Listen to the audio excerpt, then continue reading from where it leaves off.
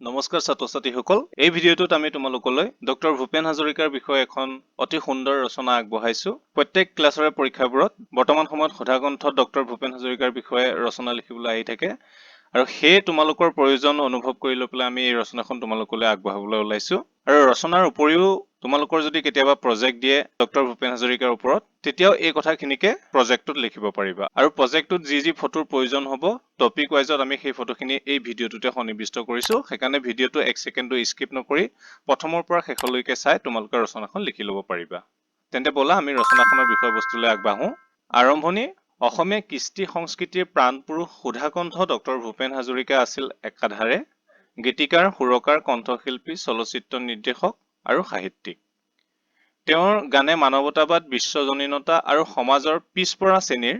জীৱন সংগ্ৰামক সুন্দৰভাৱে তুলি ধৰিছিল তেওঁৰ সৃষ্টিয়ে অসমীয়া সংস্কৃতিক বিশ্বৰ দৰবাৰত এক সুকীয়া মৰ্যাদা প্ৰদান কৰিছে ইয়াৰ পিছত আছে জন্ম আৰু পৰিচয় 1926 চনৰ 8 ছেপ্টেম্বৰত শদিয়াৰ এখন গাঁৱত ডক্টৰ ভূপেন হাজৰিকাৰ জন্ম হৈছিল তেওঁৰ পিতৃৰ নাম আছিল নীলকান্ত হাজৰিকা আৰু মাতৃৰ নাম আছিল শান্তিপ্ৰিয়া হাজৰিকা সংগীতৰ পৰিৱেশত ডাঙৰ দীঘল হোৱা ভূপেন হাজৰিকাই সৰুৰে পৰা সুৰৰ লগত এক নিবিড় সম্পৰ্ক গঢ়ি তুলিছিল তেওঁৰ মৰমৰ ঘৰুৱা নাম আছিল বৰমইনা ইয়াৰ পিছত আহিব সংগীত আৰু সাংস্কৃতিক অৱদান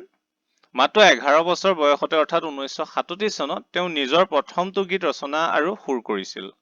তেওঁৰ গীতসমূহ কেৱল মনোৰঞ্জনেই নাছিল বৰং মানৱতা আৰু ঐক্যৰ বাৰ্তা বহন কৰিছিল বিস্তীৰ্ণ পাৰৰে মই এটি যাযাবৰ গংগা মোৰ মা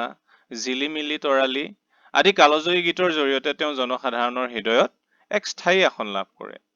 তেওঁৰ গীতৰ যাদুত মুগ্ধ হৈ অসমবাসীয়ে তেওঁক সুধাকণ্ঠ উপাধিৰে সন্মানিত কৰে ইয়াৰ পিছত আছে চলচ্চিত্ৰ আৰু সাহিত্য সংগীতৰ লগতে চলচ্চিত্ৰ ক্ষেত্ৰতো তেওঁ অৱদান আছিল অতুলনীয় এৰাবাটৰ সুৰ শকুন্তলা প্ৰতিধ্বনি চিৰাজ আদি বহুতো সফল অসমীয়া চলচ্চিত্ৰ তেওঁ পৰিচালনা কৰে ইয়াৰ উপৰিও তেওঁ ভালেমান হিন্দী চলচ্চিত্ৰতো সুৰ দি ৰাষ্ট্ৰীয় পৰ্যায়ত সমাদৃত হৈছিল কাষৰ ফটোখনত কিশোৰ কুমাৰৰ সৈতে ডক্টৰ ভূপেন হাজৰিকাৰ ছবিখন সন্নিবিষ্ট কৰা হৈছে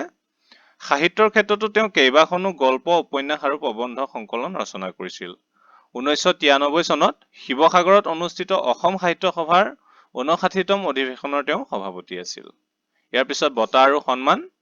ডক্টৰ হাজৰিকাই তেওঁৰ অৱদানৰ বাবে বহুতো ৰাষ্ট্ৰীয় তথা আন্তঃৰাষ্ট্ৰীয় সন্মান লাভ কৰে ভাৰত চৰকাৰে তেওঁক 1992 চনত চলচ্চিত্ৰৰ সৰ্বোচ্চ সন্মান দাদা চাহেব ফালকে বঁটা প্ৰদান কৰে ইয়াৰ উপৰিও তেওঁ সংগীত নাটক একাডেমী বঁটা লাভ কৰে